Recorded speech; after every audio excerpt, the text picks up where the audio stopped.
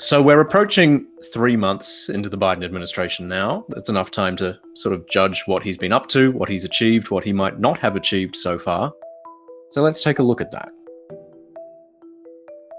The biggest priority that he's had in his early part of his term is COVID, of course, and the vaccination of Americans, and that's proceeding well ahead of schedule so far. The US has already passed 150 million vaccinations, and we're on about day 75, something like that. So he's since doubled his target to 200 million. It's pretty certain that the US will reach that. By any measure, the vaccine rollout is accelerating and going much faster than people anticipated.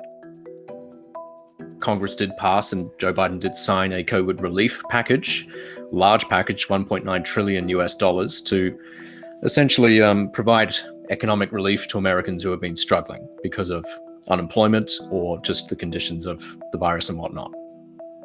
There's a lot more in it than that, and Republicans feel it was far too expensive. But he got it passed, he got it signed.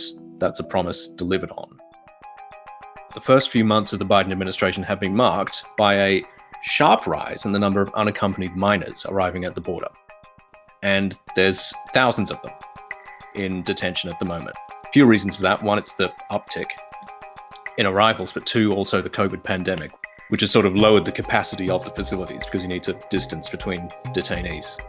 And Joe Biden has promised that new facilities will be opened, that there will be greater capacity to deal with these arrivals, but so far that hasn't happened, and he seems quite uncomfortable with questioning on the subject.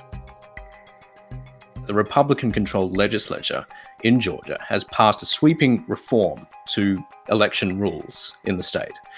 And this has been the subject of great political controversy because the Democrats are screaming blue murder about it. They think it's an attempt to clamp down on minorities, making it harder for them to vote. And minorities are, of course, a core constituency of the Democratic Party. Republicans say it's about protecting the integrity of elections. And there's been a lot of mischaracterization of the law from both sides, because there's a similar sort of move from a lot of Republican-controlled states around the country to implement similar sort of laws. So this is a fight that's going to keep going until the next election. And that's a couple of years away now. It's been broadly successful, I suppose you would say. He has a strong approval rating. He might still be in a honeymoon period of sorts.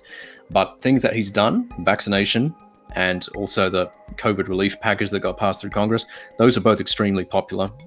And he hasn't had any huge drawbacks yet. But immigration, keep an eye on that. And also voting laws and his response to them.